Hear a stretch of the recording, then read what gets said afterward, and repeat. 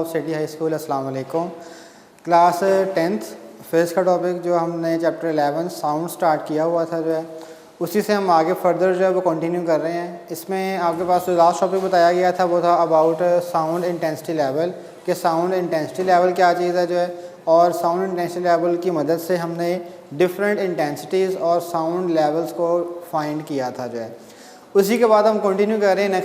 Next आपके पास जो आज का हमारा टॉपिक है वो है कि what is a reflection of sound, कि रिफ्लेक्शन ऑफ साउंड कैसे होती है, क्या चीज़ है वो जो है, और what is the speed of sound, और जो साउंड है उसकी भी स्पीड आपके पास कितनी होती है उसको हमने क्या करना है यहाँ पे डिस्कस करना है। तो देखें यहाँ पे स्टार्टिंग पे हम सबसे पहले बता रहे हैं कि what is reflection of sound, या आपके पास इसको बाज़ जगह पे इको का नाम भी दिया जाता है। इको जो है वो बेसिकली एक साउंड की आपके पास टाइप कह सकते हैं जो हमें आवाज़ सुनाई देती है, जो कि डिफरेंट रिफ्लेक्शन होने के बाद हमें सुनाई देती है। जब साउंड की रिफ्लेक्शन हो और वो रिफ्लेक्शन होने के बाद जो हमें गूंज, जो हमें आवाज़, जो हमें इको सुनाई देती है, दैट इज़ कॉल्ड इको, और उसे हम इको कहते हैं। और इको को उर्दू में इसी बेसिकली हम क्या कहते हैं, इजीली इसे हम गूंज के नाम से कह सकते हैं। गूंज जैसे आवाज़ गूंजती है, रिफ्लेक्शंस होती हैं, मल्टीपल रिफ्लेक्शंस होंगी आगे से, वो आपके पास इसमें डिस्कस किया जाएगा जो है। तो सबसे पहले हम बताते हैं कि what is a reflection of sound, कि रिफ्लेक्शन ऑफ साउंड आपके पास क्या चीज़ है। इसके लिए यहाँ पे हेडिंग लिखते हैं इसकी डेफिनेशन। ये आपको 2 मार्क्स की शॉर्ट में पूछी जा सकती है कि what is reflection of sound, reflection of sound क्या चीज़ है और how it can be calculated, इससे किस तरीके से कैलकुलेट किया जा सकता है। तो स्टार्टिंग में हमने ये बताया रिफ्लेक्शन ऑफ साउंड जो है it is a sound wave, के साउंड वेव होगी, sound wave travels, it will travels from one medium to another, यानी कि ये वाला आपके पास सेम वही प्रोसेस है जो हमने रिपल टैंक के अंदर चैप्टर नंबर 10 में पढ़ा था रिफ्लेक्शन के बारे में, कि when a wave is travelling from first medium into the second medium and it will bounce back into the first medium. लेकिन यहाँ पे सिर्फ फ़र्क क्या होगा, सेम तरीकाकार वही है, रिफ्लेक्शन की एक ही डेफिनेशन है जो है, और यहाँ पे सिर्फ चेंज ये होगा कि वहाँ पे क्या था, सिंपल वेव्स, वाटर वेव्स के बारे में था जो है, और यहाँ पे आपके पास वो कौन सी वेव्स को हम कंसिडर करेंगे, साउंड वेव्स को जो है। तो साउंड वेव ट्रैवल करेंगे from one medium to another and it will bounce back into the first medium, यानी कि जो पहला मीडियम था उसमें जब वो क्या करेगी, दोबारा वापस कर जाएंगी। और इसमें जो मेन चीज़ है, मेन चीज़ क्या थी इसमें, आपने बात ये याद रखनी है कि इसमें angle of incidence is equal to angle of reflection, यानी कि जब भी रिफ्लेक्शन का प्रोसेस होगा उसमें ये कंडीशन लाजमी फुलफ़िल करना ज़रूरी है कि दोनों angles, angle of incidence and angle of reflection should be equal to each other.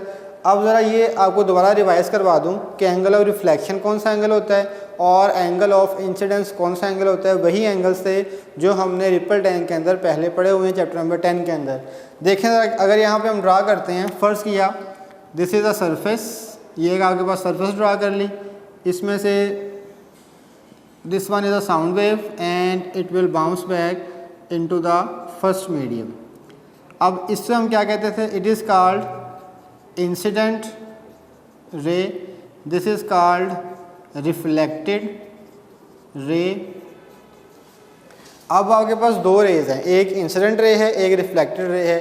अब हमने यहाँ पे बताना क्या है कि एंगल ऑफ इंसिडेंस और एंगल ऑफ रिफ्लेक्शन कौन सा होगा। अगर हम यहाँ पे इसके सेंटर में एक परपेंडिकुलर लाइन ड्रा कर लें, this is a perpendicular line which is named as a normal, इसे हम नॉर्मल का नाम दे सकते हैं। अब नॉर्मल से और रिफ्लेक्टेड रे के दरमियान जो एंगल बनेगा that is called angle of reflection, और इंसिडेंट रे और नॉर्मल के दरमियान जो एंगल बनेगा that is called angle of incidence. दोबारा सुनो ज़रा, ये स्टूडेंट्स आप देखें यहाँ पे एंगल ऑफ इंसिडेंस और एंगल ऑफ रिफ्लेक्शन क्या चीज़ है। एंगल ऑफ इंसिडेंस आपके पास वो है जब इंसिडेंट रे और नॉर्मल 2 लाइनें हैं, दोनों लाइनों के दरमियान जो एंगल बनेगा that is called angle of incidence, and the angle which is formed between normal and reflected ray, it is called angle of reflection, and both angle should be equal to each other if we want to the process of reflection. अगर हम reflection का process करवाना चाहते हैं तो angle of incidence और angle of reflection दोनों एक दूसरे के इक्वल होना ज़रूरी हैं जो है, ठीक है। अब यही काम आपके पास होगा। दोबारा डेफिनेशन सुनते हैं। हमने कहा रिफ्लेक्शन ऑफ साउंड की डेफिनेशन क्या है? When a sound wave travels, जब साउंड वेव ट्रेवल करता है from one medium to another medium, एक मीडियम से दूसरे मीडियम के अंदर, and they will bounce back into the first medium after reflection, reflection होने के बाद साउंड टकरा के दोबारा वापस पहले मीडियम में चला जाता है, और इस अंदाज से जाता है, इस तरीके से जाता है कि angle of incidence and angle of reflection are equal to each other. This phenomena, this process is called reflection of sound. ठीक है जी स्टूडेंट्स, इस प्रोसेस को हम क्या कहते हैं कि रिफ्लेक्शन ऑफ साउंड हो गई। अब रिफ्लेक्शन ऑफ साउंड के लिए एक और उसने नाम दिया, उसने कहा it is also called eco. ये डेफिनेशन जो है, it is also called reflection of sound और it is also called an eco. इधर लिख देते हैं is called reflection of sound, reflection of sound और इको। इसे इको का नाम भी दे सकते हैं और रिफ्लेक्शन ऑफ साउंड का भी नाम दे सकते हैं। इसके बाद फिर आगे आपके पास कुछ कंडीशंस आती हैं ऑब्जेक्टिव के लिए, हम एमसीक्यू में पूछी जा सकती हैं, जो है कि आपके पास जो आवाज़ मैसेज कन्वे होता है टू योर ब्रेन, आपके दिमाग में जो मैसेज कन्वे होता है, कोई साउंड आप सुनते हैं तो फ़ौरन वो मैसेज कन्वे होता है, उसके लिए कुछ आपके पास टाइम रिक्वायर्ड है। तो हम यहाँ पर लिख देते हैं आपके पास टाइम जो हमें रिक्वायर्ड होता है वो आपके पास है जी अप्रॉक्सीमेटली 0.1 सेकेंड। इतनी देर में आपके पास जो दिमाग है वो एक आवाज़ को रजिस्ट करता है, फिर सुनता है उसको, जो है that time is equal to 0.1 second. और अगर हम फ़र्ज़ कर लेते हैं, लेट अस सपोज कि जो स्पीड है v, ये आपके पास अगर हो जाए 340 metre per second, if speed of sound is approximately equals to 340 metre per second. ठीक है, यहाँ पर साथ में मेंशन कर दूँ ताकि आप लोग ये ना समझें कि स्पीड पता नहीं किसकी है, जो है स्पीड किसकी है ये हमने लिखी साउंड की। वैसे तो अंडरस्टूड बात है कि हम साउंड के बारे में रिलेट करें तो साउंड की ही स्पीड होगी, लेकिन साथ में मेंशन कर दिया कि it is the speed of sound. ये आपके पास स्पीड ऑफ साउंड है, v किसके इक्वल आपके पास 340 मीटर पर सेकेंड के इक्वल। अब अगर फ़र्ज़ करें हमने बताना हो कि जो डिस्टेंस है, डिस्टेंस वो हमें किस वैल्यू से कैलकुलेट होना चाहिए, s की वैल्यू जो है वो हमने क्या करनी है, कैलकुलेट करनी है कि डिस्टेंस कितना हो, how much distance that is required to hear an echo. एक इको को सुनने के लिए हमें कम से कम कितना फ़ासला चाहिए। टाइम हमारे पास है, स्पीड हमारे पास है, डिस्टेंस हमने क्या करना है, फाइंड करना है। तो सिंपल सा आसान सा तरीकाकार क्या होगा, हम लिखेंगे इसमें वी नो दैट s किसके इक्वल है, s is equals to v और t के इक्वल। अब आगे पास आंसर क्या आ जाएगा, v की वैल्यू कितनी है जी 340 मीटर पर सेकेंड, टाइम था 0.1 सेकेंड, तो मल्टीप्लाई किया आंसर कितना आ गया 34 metre. 34 metre is a total distance that after this distance covering we will hear an echo. इतना फासला कवर करने के बाद हम एक इको की आवाज़ सुन सकते हैं। अब ये आवाज़ जो डिस्टेंस आया, ये कौन सा डिस्टेंस है, आवाज़ के जाने का भी और टकरा के वापस आने का भी। इट मीन्स कि ये आपके पास टू साइडेड है, जो वन साइडेड नहीं है, it will become two sided distance, यानी कि आवाज़ जा भी रही है वो भी इसी के अंदर डिस्टेंस है, और जो वो टकरा के वापस आ रही है वो डिस्टेंस भी इसी के अंदर इंक्लूड है। इट मीन्स कि अगर हम वन साइड का डिस्टेंस चाहते हैं तो वो किस तरीके से फाइंड करेंगे, सिंपली इसको क्या करेंगे 2 पे डिवाइड कर देंगे, इसको हाफ़ कर देंगे। अगर हम इसको हाफ़ करते हैं तो इसको हाफ़ करने के बाद आंसर कितना आ जाएगा 17 मीटर। तो ये आपके पास दो कंडीशंस हो गई, एक तो आपके पास डिस्टेंस मिनिमम डिस्टेंस है, ये जो है it is the minimum distance, ये कम से कम फासला है to hear an echo, echo को सुनने के लिए जो है। और टाइम हमारे पास कितना था 0.1 सेकेंड। तो ये चीज़ें आपको शॉर्ट में या MCQs में पूछी जा सकती हैं, या ये एज ए न्यूमेरिकल आपको पूछा जा सकता है कि let us suppose if we hear an echo after 0.1 second and the speed of sound will be 340 metre per second, calculate the distance. इस तरीके से क्वेश्चन भी आपसे पूछा जा सकता है, शॉर्ट में भी आ सकता है जो है। और ऑब्जेक्टिव के लिए कौन कौन सी चीज़ है, ये जो आपके पास मैंने बताया, ये भी MCQs में आपसे पूछी जा सकती है जो है कि कम से कम जो डिस्टेंस है वो कितना है, ये वैल्यू भी आपसे MCQs के अंदर पूछी जा सकती है। और लास्ट पे this is also include in MCQs। तो इसमें आपके पास 3 MCQs आ रहे हैं इस टॉपिक के अंदर जो काफ़ी इंपॉर्टेंट है। रिफ्लेक्शन ऑफ साउंड की डेफिनेशन आपसे पूछी जा सकती है, टाइम पूछा जा सकता है, स्पीड ऑफ साउंड कितनी ये पूछी जा सकती है, और उसके बाद कम से कम डिस्टेंस जो है वो भी आपसे पूछा जा सकता है। ठीक है जी। तो इसी के बाद उसने कहा कि आपके पास जो डिस्टेंस है इट कैन वेरी, ये वेरी कर सकता है जो है, लेकिन वेरी कैसे करेगा, विद द सेंसिटिव ईयर्स। हर एक के जो कान की जो सेंसिटिविटी है वो एक जैसी नहीं होती, किसी की सेंसिटिविटी ज़्यादा है, किसी की कम है जो है। तो आपके पास इसका डिस्टेंस का ज़्यादा फ़र्क नहीं पड़ेगा, माइनर सा डिफरेंस पर इसमें कम ज़्यादा हो सकता है with the effective of the years. Effective जो आपके पास है किसका, ईयर्स का, उसके सेंसिटिविटी का, उसके सुनने की काबिलियत का। हर इंसान एक आवाज़ कॉमनली नहीं सुन सकता, और ये एज के साथ भी फैक्टर करती है जो है।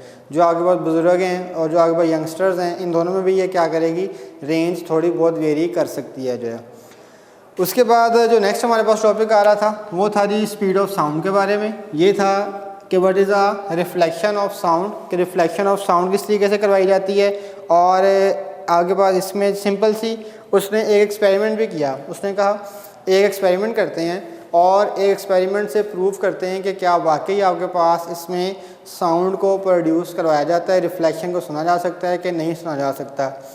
इसमें उसने एक्टिविटी का नाम लिया, एक्टिविटी है जी 11.3। एक्टिविटी जो एक्टिविटी है इट विल बी 11.3। इसकी स्टार्टिंग की जो एक्टिविटीज़ थी वो हम कर चुके हैं, 1 और 2 हमने पहले कर ली थी। वो थी आपके पास बेल जार सिस्टम वाली, और उसके बाद जो थी वो ट्यूनिंग फोर्क वाली। ये दो आपके पास जो थी हमने एक्टिविटीज़ पहले कर ली थी 11.1 और 2। अब आ रही है एक्टिविटी 11.3। इसमें हमने प्रूव क्या करना है कि क्या वाकई ही साउंड जो है वो प्रोड्यूस होता है और रिफ्लेक्शन का प्रोसेस होता है। क्या साउंड की भी रिफ्लेक्शन करवाई जा सकती है जो हमने पढ़ी अभी, क्या ये पॉसिबल है। अगर पॉसिबल है वो कह रहा है कि प्रूव विद एन एक्सपेरिमेंट, कोई एक्सपेरिमेंट करो और उससे हमें ये प्रूव करके दिखाएं। तो एक्सपेरिमेंट के लिए हमें जो चीज़ें रिक्वायर्ड थी, सबसे पहले हमने लिखा जी two identical pipes. Identical means same, एक जैसे हमने क्या किए, 2 पाइप ले लिए। उसके बाद अ क्लॉक, एक क्लॉक के बारे में डिस्कस किया हमने, घड़ी चाहिए हमें। उसके बाद अ स्मूथ और अ प्लेन वॉल की बजाय आप सरफेस भी लिख सकते हैं, कोई सरफेस होगी हमें। और एक हमें बैरियर चाहिए, अ बैरियर आपके पास किस तरीके का हो सकता है, ये सिंपल सा कार्डबोर्ड की तरह का हो सकता है। एक कार्डबोर्ड आप ले लें जो है। अब हमने इसके ज़रिए क्या करना है जी, एक्सपेरिमेंट करना है इन ऑपरेटर्स के साथ और प्रूव ये करना है कि क्या वाकई ही रिफ्लेक्शन ऑफ साउंड होती है या नहीं होती। इसके लिए हम सिंपल से क्या करते हैं जी, आगे पास एक टेबल ड्रा कर लेते हैं। टेबल ड्रा करने के बाद फ़र्ज़ करें this one is look like an table, और इस पे हमने क्या किया जी, एक सरफेस ड्रा कर ली। सरफेस आपके पास जो है वो आपके पास यहाँ पे इस तरीके से इसको ड्रा कर देते हैं हम, और ये आपके पास यहाँ से इस तरीके से जो है। अब यहाँ पे आपने 2 पाइप्स ड्रा करने हैं जो है, 2 पाइप जो आपने लेने हैं, इट विल बी आइडेंटिकल, वो आपके पास बिल्कुल एक जैसे। और आइडेंटिकल होने चाहिए।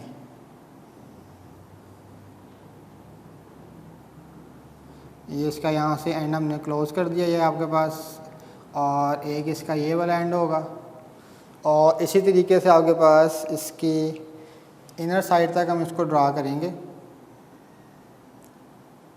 और ये यहाँ पे इस तरीके से। And second pipe is placed in this direction to hear an echo को सुनने के लिए जो है, और आपके पास एक स्मूथ सरफेस हम यहाँ पे ड्रा करेंगे। It will look like a smooth surface, it is a smooth surface and these are called identical pipes, these are called identical pipes। दो पाइप्स थे, दोनों रेड कलर के मैंने शो करवाए हुए हैं, और जो ये चीज़ है it is a cardboard as a barrier, ये आपके पास सेंटर में रुकावट हमने पैदा की, और यहाँ पे करके हम एक क्लॉक ड्रा करते हैं। It is look like a clock, 1 2 3 4 5 6 7, ठीक है। इसमें हमने जस्ट रफली क्या कर दी, यहाँ पे एक क्लॉक ड्रा कर दी। अब हमने सुनना क्या है, प्रूव हमने क्या करना था, प्रूव हमने ये करना था कि क्या वाकई ही जो आवाज़ है क्लॉक की वो आपके पास यहाँ से टकरा के स्मूथ सरफेस से वापस आ रही है, क्या ऐसा पॉसिबल है। अगर है तो उसको हम किस तरीके से परफॉर्म करवा सकते हैं जो है। अब इसमें होगा क्या, सिंपल सी बात देखें, अगर आपके पास दो पाइप्स हैं, एक ये पाइप है एक ये पाइप है, ठीक है, इसको हम दो पाइप को कंसिडर कर लेते हैं। Let us take two pipes, one pipe is this and the other one is this. एक स्मूथ सरफेस है वो क्या है, टकरा के वापस आ रही है। अब आपके पास यहाँ पे हमने क्या प्लेस किया हुआ है, एक क्लॉक।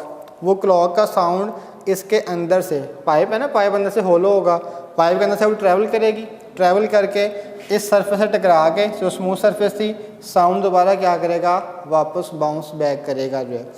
और अगर आपके पास इसकी प्लेसमेंट हम थोड़ी सी अप डाउन या साइड पे या लेफ़्ट राइट किसी और साइड पे करते हैं तो हमें इसकी आवाज़ सुनाई नहीं देगी। कौन सी वाली बात, ये वाली बात को कॉपी किया जा रहा है कि दोनों एंगल्स क्या होने चाहिए, सेम होने चाहिए। अगर हम थोड़ा सा भी एंगल क्या करते हैं, रिप्लेस करते हैं या अप एंड डाउन मूव करवाते हैं तो हमें आवाज़ सुनाई नहीं देगी जो है। तो आवाज़ को सुनने के लिए आपके पास क्या है, ज़रूरी है कि आप इसको इजीली क्या करो, बताओ कि angle of incidence and angle of reflection are equal to each other. दोनों एंगल्स आपके पास एक दूसरे के बराबर होने चाहिए। सिंपल सी बात है, ये आपके पास दोबारा बता देता हूँ। ये आपके पास एक पाइप था, एक ये पाइप था, सेंटर में आपने क्या रखी हुई है, रुकावट रखी हुई है ताकि आवाज़ यहाँ से यहाँ ना ट्रैवल कर सके। वो हम ये चीज़ यकीन दहानी करवाना चाह रहे हैं कि आवाज़ सरफेस से टकरा के फिर वापस आ रही है। तो आपने क्या किया, यहाँ पे क्लॉक रखी है सेंड पे, क्लॉक का साउंड क्या करेगा, ट्रैवल करेगा, ट्रैवल करने के बाद इट विल बाउंस बैक, वो बाउंस बैक करेगा और इस साइड पे हमें उसकी आवाज़ बाकायदगी से सुनाई देगी कि वाकई आवाज़ हमें सुनाई दे रही है। और इससे साबित ये हो जाएगा कि वाकई साउंड वेव की भी रिफ्लेक्शन जो है वो करवाई जा सकती है। Reflection of sound is possible, sound को जो रिफ्लेक्शन है वो हम पॉसिबल करवा सकते हैं। इसके बाद जो नेक्स्ट आपके पास टॉपिक था छोटा सा, वो भी इसमें से ज़्यादा उसने डिटेल नहीं लिखी हुई है, सिंपल सा बताया कि what is the speed of sound. कि ज़ाहिर बात है अगर आपके पास स्पीड आपके पास साउंड की होनी चाहिए, क्यों, because sound is a mechanical wave. Sound आपके पास कौन सी वेव्स हैं, it will B mechanical, it is a mechanical waves. और मैकेनिकल वेव के लिए आपको शायद याद होगा requires any medium for their propagation.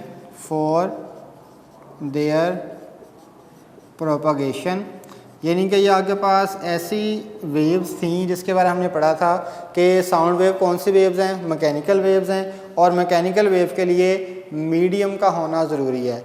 अब मीडियम जो है वो आपके पास कितनी किस्म के थे, there are 3 types of mediums which are named as a solid, liquid and gases. Solids, उसके बाद liquid and gases. So these are the three different mediums which are required for sound waves to travel to propagate from one point to another point. इसलिए हम इसी topic को यहाँ पे relate किया कि हमने कहा कि जो स्पीड ऑफ साउंड है सॉलिड में वो कितनी होगी, लिक्विड्स में वो कितनी होगी, गैसेस में वो कितनी होगी, या क्या सब में वैल्यू एक जैसी होगी। ये हमने क्या करना है इस टॉपिक में डिस्कस करना है। तो इसमें उसने एक रेफरेंस पॉइंट लिया, उसने कहा जी कि आगे पास जो गैसेस है it will be take as a reference point. इसके लिहाज से हम क्या करेंगे, सब की डेफिनेशंस को या सब की स्पीड को हम क्या करेंगे, एक्सप्लेन करेंगे। हम बताएंगे कि लिक्विड में गैसेस से कितने गुना ज़्यादा स्पीड होती है और सॉलिड्स में गैसेस से कितने गुना या कितनी times, how much time it will be increased. ठीक है, तो आगे बस कितनी वैल्यू इंक्रीज़ करेगी डिक्रीज़ करेगी वो हम डिफ़ाइन करेंगे अकॉर्डिंग टू द गैसेस जो है।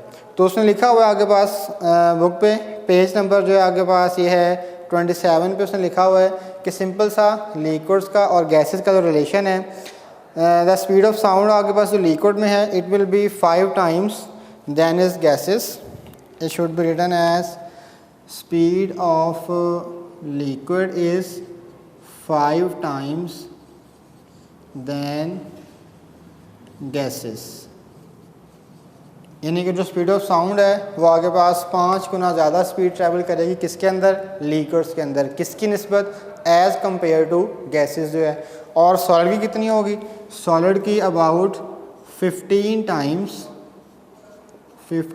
Times than gases. यानी कि सॉलिड्स में 15 टाइम क्या है आपके पास, गैसेस पर डिपेंड करेगी। तो ये रेफरेंस हमने रखा किसका, गैस का। गैसेस के मुताबिक हमने बताया कि इसमें लिक्विड्स में 5 गुना उससे फ़र्क पड़ेगा, सॉलिड्स में 15 गुना का उसके अंदर क्या पड़ेगा, फ़र्क पड़ेगा जो है। इसके बाद उसने कुछ आपके पास एग्जांपल्स बताई कि जो स्पीड ऑफ साउंड है it depends on what factors. ये छोटा सा शॉर्ट क्वेश्चन आ सकता है, यहाँ पे हम इसका अलग से शॉर्ट बना देते हैं इसकी डिपेंडेंस का जो है कि on what factors it will B dependence. तो डिपेंडेंस में हमने इसको ये बताना है कि किस तरीके से किन फैक्टर्स पे इसको डिपेंड करवाया जा सकता है। तो it will be depend on the physical conditions such as temperature, उस बॉडी का जो टेम्परेचर है उस पर डिपेंड किया जाता है। टेम्परेचर के बाद प्रेशर पे, टेम्परेचर, प्रेशर और थर्ड वन ह्यूमिडिटी जो है इस पर डिपेंड किया जाता है। यानी कि 3 फैक्टर्स आपके पास लिखे हुए हैं जिस पे इसको डिपेंड करवाया जा सकता है। Humidity, on these 3 factors the speed of sound depends. First one is temperature of a body, second one is pressure, third one is humidity, moisture, नमी वगैरह। It will be depend on the speed of sound. In 3 factors से इस speed of sound पे effect पड़ सकता है, कम या ज़्यादा हो सकती है जो है। तो ये भी आगे पास जो टॉपिक था इसमें भी जस्ट इंफॉर्मेशन है जो कि शॉर्ट में पूछी जाती है आपसे जो है। सॉलिड्स में, लिक्विड्स में, गैसेस में, डिफरेंट मीडियम में जो स्पीड ऑफ साउंड है वो आपने बतानी है। उसके बाद फिर आपने बताना है कि वो जो स्पीड ऑफ साउंड है वो किन फैक्टर्स पर डिपेंड करती है। और डिपेंड करने के बाद उसने लास्ट पे आपसे कुछ ऑब्जेक्टिव में बताया हुआ है कि इसमें हम जो स्पीड है वो हम किस तरीके से फाइंड कर सकते हैं, by using the relation which is named as a v is equal to f और लैम्डा। उसने कहा बाय यूजिंग दिस रिलेशन, इस रिलेशन को यूज़ करते हुए हम क्या कर सकते हैं, स्पीड फाइंड कर सकते हैं। क्योंकि ये आगे पास v क्या है, वेव स्पीड, तो आगे पास साउंड क्या है, वेव्स। तो साउंड की स्पीड हम क्या कर सकते हैं, इसकी मदद से फाइंड कर सकते हैं। और उसके लिए हमें चाहिए क्या, फ्रीक्वेंसी और लैम्डा, 2 वैल्यूज अगर हमारे पास हों तो उससे हम आसानी क्या कर सकते हैं, इसकी स्पीड फाइंड कर सकते हैं जो है। और इसमें स्टूडेंट्स आपने जो टेबल है, टेबल नंबर 11.1 पेज नंबर 27 पे जो बना है, यहाँ पे मैं लिख देता हूँ पेज नंबर 27 पे, पेज नंबर 27 और टेबल नंबर 11.1। इसमें से कुछ ऑब्जेक्टिव्स हैं जो आपको एमसीक्यू में पूछे जा सकते हैं। उसमें सिर्फ उसने ये बताया हुआ है कि स्पीड ऑफ साउंड सॉलिड्स में कितनी है, लिक्विड्स में कितनी है और गैसेस में कितनी है। क्योंकि यहाँ पे हमने जस्ट आपको जनरल बताया है, वहाँ पे वैल्यूज़ लिखी हुई हैं कि आगे पास अगर एयर में देखते हैं, एयर में उसने 3 डिफरेंट वैल्यूज़ ली हुई हैं डिफरेंट वैल्यूज़ कौन कौन सी हैं, at 0 degree centigrade, at 25 degree centigrade and at 100 degree centigrade. Speed उसने बताई है कितनी कितनी आगे पास होगी गैसेस के अंदर जो है, जो कि 331 है, 346 है, 386 है। तो इस तरह की जो वैल्यूज़ हैं ये आपने वहाँ से याद करनी है। देखें अगर सॉलिड्स में देखें तो वुड के अंदर 2000 है जो है, उसके बाद स्टील के अंदर 5960। इस तरह की जो वैल्यूज़ हैं वो आपने इस टेबल से याद करनी है। टेबल मैं दोबारा बता दूं, पेज नंबर बुक का है 27 और इस पे जो आगे पास टेबल नंबर है 11.1। ये MCQs के लिए बहुत ज़्यादा इंपॉर्टेंट है। आज का जो हमारा सारा का सारा टॉपिक था वो ऑलमोस्ट ऑब्जेक्टिव रेलिवेंट था। इसमें शॉर्ट क्वेश्चंस थे, इसमें MCQs थे, इसमें लॉन्ग क्वेश्चन हमने आज डिस्कस कुछ नहीं किया। कोई भी जो क्वेश्चन है वो लॉन्ग क्वेश्चन में फॉल नहीं कर रहा। ज़्यादातर इसमें डेफिनेशन जो कि शॉर्ट में आती हैं और कुछ इन्फॉर्मेशन जो कि MCQ में पूछी जाती हैं वो आपसे डिस्कस की गई हैं जो है। तो उम्मीद है कि आपको आज का लेक्चर अंडरस्टैंड हुआ होगा। इसी के साथ सिटी हाई स्कूल की तरफ से अल्लाह हाफिज़।